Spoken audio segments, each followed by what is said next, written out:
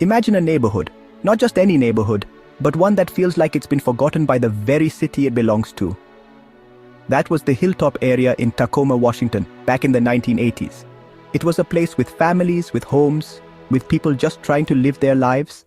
But it was also ground zero for a storm that was sweeping across America, the crack cocaine epidemic. This wasn't just a small problem. It was a full-blown crisis that turned streets into open-air drug markets. The sound of children playing was often drowned out by the noise of deals being made and disputes being settled, not with words, but with violence. The local police in Tacoma were trying their best, but it was like trying to empty the ocean with a small bucket. They were underfunded, outnumbered, and overwhelmed by the scale of the problem. The gangs, particularly the Hilltop Crips, had become a powerful force in the neighborhood. They didn't just sell drugs, they controlled the streets. They would stand on corners, conduct business in broad daylight, and intimidate anyone who dared to look at them the wrong way. For the residents of Hilltop, this wasn't something they saw on the news. It was the reality they faced every single day when they walked out their front doors. This constant presence of crime created a climate of fear. People were afraid to let their children play outside. They were afraid to walk to the store after dark. They felt like prisoners in their own homes, watching as their community was taken over by forces they couldn't control. The trust between the community and the authorities was strained because, from the residents' perspective, their calls for help seemed to go unanswered. The system that was supposed to protect them felt distant and ineffective, leaving them to fend for themselves in a neighborhood that was becoming more dangerous with each passing day. So you have this situation where an entire community is living under a shadow. It's a classic story of urban decay, but for the people living it, it was a daily struggle for normalcy. They wanted the simple things: safety, peace, and the freedom to enjoy their homes without fear. But the reality was that Ash Street and the surrounding blocks in Hilltop had become a battleground, and it was only a matter of time before someone decided to fight back. This wasn't a movie plot. It was the real lived experience that set the stage for one of the most unusual confrontations in American history. Into this chaotic situation walks a man who was, in many ways, the complete opposite of the chaos surrounding him. His name was Staff Sergeant William Folk, but you can call him Bill. Bill Folk wasn't just any resident of Ash Street, he was a United States Army Ranger. This is a man whose entire job is about discipline, order, and confronting difficult situations head-on. He was part of the elite 2nd Battalion, 75th Ranger Regiment based at nearby Fort Lewis. These are the guys who are trained for the toughest missions, the ones who lead the way. So when he came home from a life of structure and purpose, the lawlessness on his own street must have seemed absolutely insane.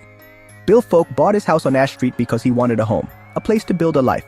But he quickly realized he had bought a front row seat to the neighborhood's crime wave.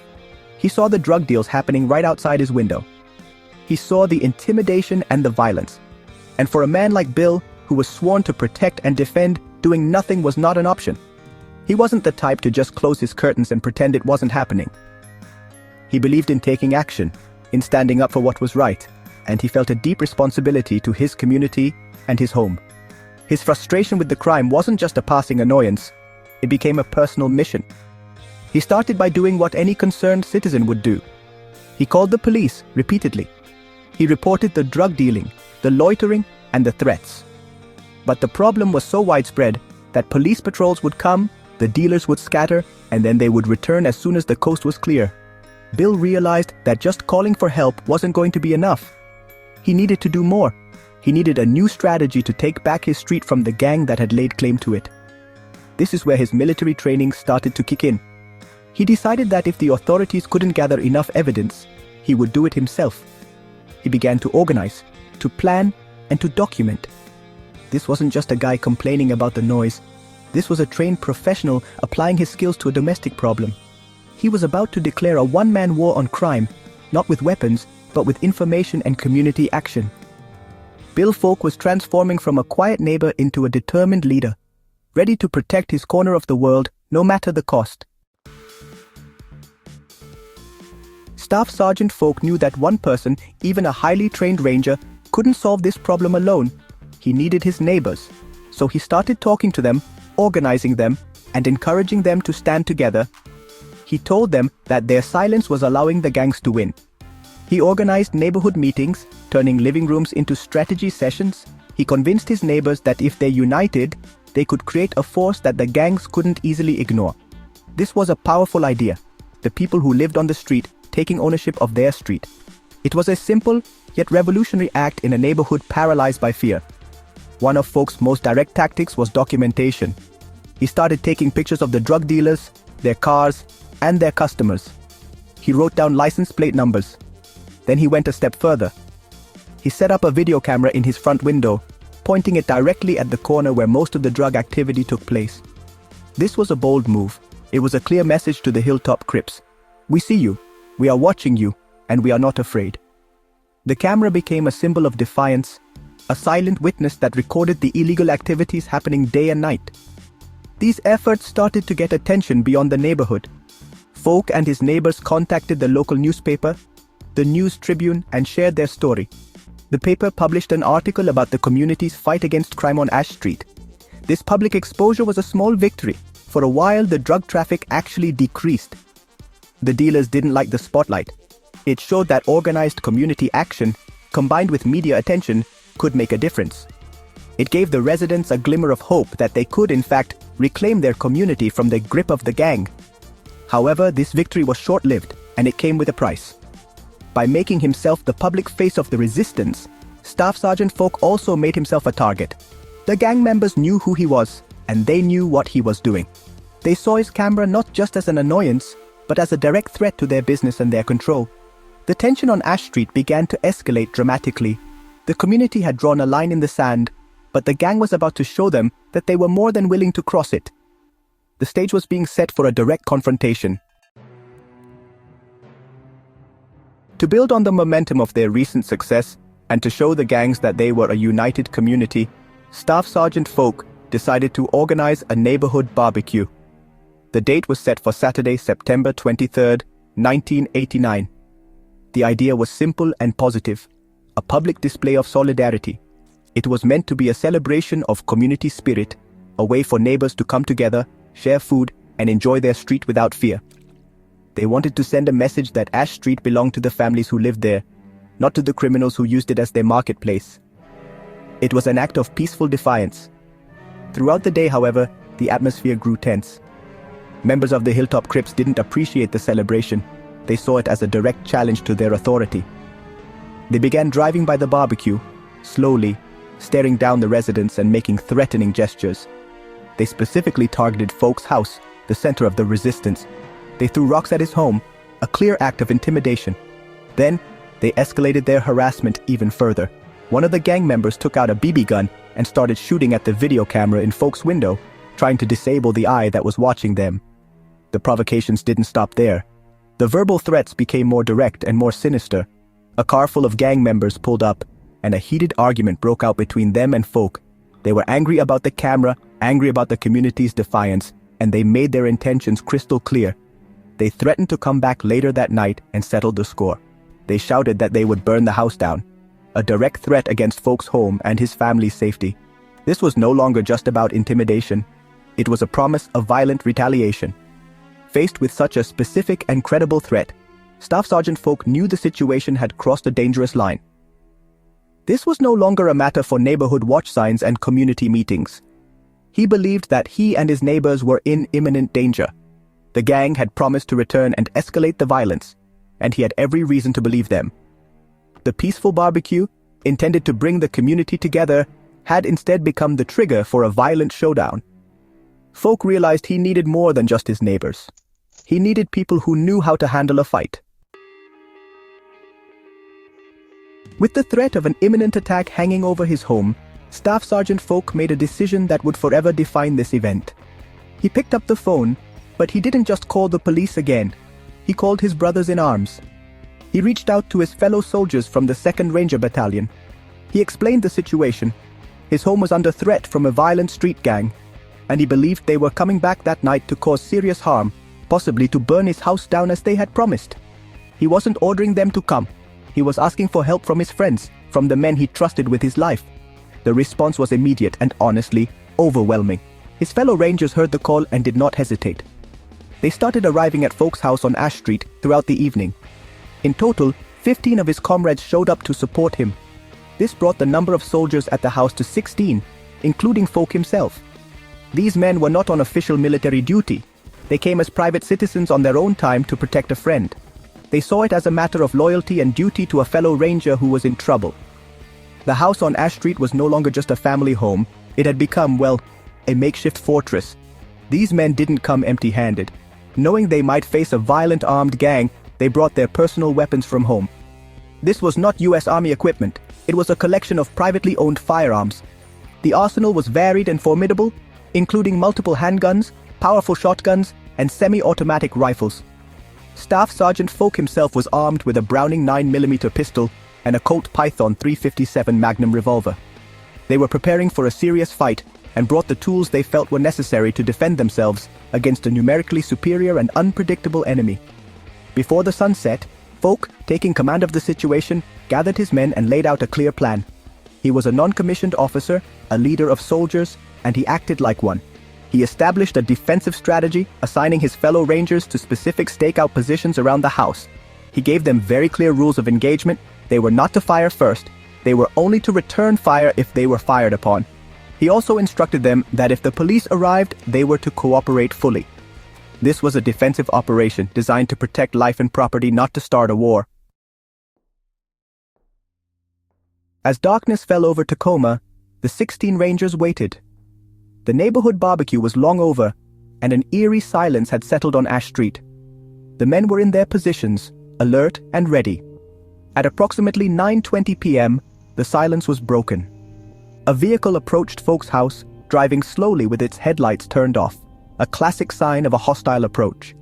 Suddenly, the muzzle flash of a single gunshot erupted from the car, aimed directly at the house. This was the first shot, the one the Rangers had been warned not to fire. The gang had made good on their promise to return. Immediately after that first shot, all hell broke loose. The single shot was followed by a barrage of automatic weapon fire coming from the rear of the house. The Hilltop Crips had coordinated their attack, positioning shooters in at least 3 different locations to catch the house in a crossfire. They were not just firing warning shots, they were spraying the house with bullets. The Rangers, now under direct assault, executed their orders. They returned fire. For the next 10 minutes, Ash Street was transformed into a full-blown war zone, with hundreds of rounds being exchanged between the two groups. The Rangers, with their superior training and discipline, maintained their defensive positions. They used cover effectively and aimed their shots, a stark contrast to the gang members who were reportedly firing wildly, often from behind cars, hoping to overwhelm the house with the sheer volume of their firepower. It's estimated that over 300 rounds were fired in the short, intense gunfight.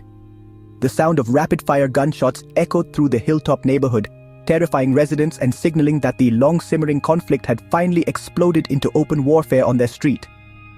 During the intense exchange of fire, one of the Rangers was injured. Burr Settles, who was positioned near a window, was grazed on the head by a bullet that shattered the glass.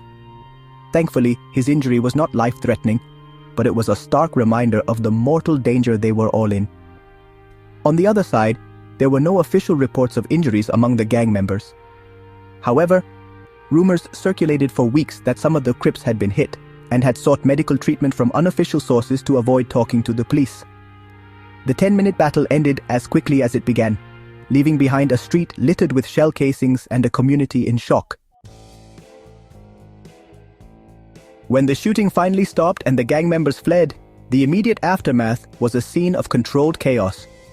The Tacoma Police Department, alerted by dozens of frantic 911 calls from terrified neighbors, arrived on the scene. They found the 16 Rangers securing the area, their weapons laid down as they had been instructed by Folk. The officers were met with a sight they could never have anticipated. A suburban home pockmarked with bullet holes and a group of elite soldiers explaining that they had just been in a firefight with a local street gang. The street was littered with shell casings from a wide variety of weapons. The US military was immediately notified, and they launched their own investigation into the incident. This was a serious matter. 16 active duty soldiers, including a staff sergeant, had been involved in a civilian gun battle. The military needed to determine if the Rangers had acted appropriately or if they had overstepped their bounds. After a thorough review of the events, including interviews with all the soldiers involved and an assessment of the evidence at the scene, the Army came to a clear conclusion. They ruled that Staff Sergeant Folk and his men had acted justifiably in self-defense. They had been attacked first and had a right to defend themselves from a credible threat of deadly violence. The police investigation, however, faced more challenges. While it was clear a massive gunfight had occurred, identifying and arresting the gang members who participated was difficult.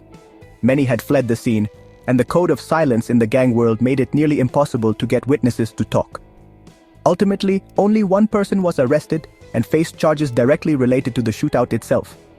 A gang member named Frankie Strickland was convicted of second-degree assault for his role in the attack and was sentenced to 22 months in prison. For a gun battle involving dozens of people, it was a surprisingly small legal outcome. The community's reaction was mixed, but largely supportive of the Rangers. Many residents of Hilltop saw them as heroes, who had finally stood up to the gangs that had terrorized them for so long. They felt that the Rangers had done what the police had been unable to do, fight back directly. However, some city officials and observers were deeply troubled. They saw the event as a sign that the city had lost control, that citizens, even highly trained soldiers, felt they had to resort to their own private armies for protection. The Ash Street shootout was a wake-up call that couldn't be ignored. The Ash Street shootout sent shockwaves through the city of Tacoma and its leadership. It was no longer possible to treat the gang problem in Hilltop as a localized issue. The story of soldiers fighting a gang on a residential street made national news, and it was a major embarrassment for the city. It painted a picture of a community so out of control that vigilante justice seemed like a reasonable option. The city's mayor at the time, Doug Sutherland, was so concerned about the potential for further violence that he publicly stated he was considering declaring a form of martial law to restore order. This event forced the city to take drastic and immediate action. The argument that the police department was underfunded and undermanned could no longer be ignored. The city council moved quickly to approve the hiring of more police officers to bolster the force. The goal was to increase police presence in high-crime areas like Hilltop, to shift from a reactive strategy of just responding to calls to a proactive one of actively patrolling and disrupting criminal activity. The shootout was the catalyst that finally provided the political will to invest seriously in public safety and law enforcement resources. The response wasn't just local. The scale and nature of the shootout also drew the attention of federal law enforcement. The Federal Bureau of Investigation saw the rampant gang activity in Tacoma as a major organized crime problem that fell under their jurisdiction. In the months following the shootout, the FBI launched a massive operation targeting the Hilltop Crips. This federal crackdown, known as a RICO investigation, was far-reaching. It resulted in the indictment of 32 gang members on more than 50 different federal charges, including drug trafficking and racketeering. This federal intervention dealt a devastating blow to the gang's leadership and operations. The long-term impact on Tacoma was profound. The combination of increased local policing and a major federal crackdown began to turn the tide against the gangs in Hilltop. Over the next few years, crime rates in the neighborhood started to fall. The open-air drug markets began to disappear, and a sense of safety slowly returned to the streets. The Ash Street shootout, as violent and shocking as it was, became a pivotal turning point. It was the moment when the city, the residents, and the federal government collectively said, "Enough is enough," and began the difficult work of taking back the community. The legacy of the Ash Street shootout is complex. On one hand, it's a story of a community and a soldier who refused to surrender their neighborhood to fear and violence. Staff Sergeant Bill Folk became a folk hero to many, a symbol of courage and defiance. He and his fellow Rangers demonstrated that when pushed too far, ordinary people, or in this case, extraordinary soldiers acting as ordinary people, would stand their ground to protect their homes and their families. Their actions, while controversial, directly led to a series of changes that ultimately made their community a safer place to live for everyone. However, the event also serves as a cautionary tale about the breakdown of civil order. It highlighted a moment in time when the official systems of law and order were so overwhelmed that a citizen felt his only option was to call in his own private force for protection. The image of soldiers fighting a street gang in a suburban neighborhood is a powerful illustration of failure. A failure of policy, a failure of resources, and a failure of the city to protect its own people. It raised difficult questions about vigilantism, the use of force, and the role of citizens when the state cannot provide security.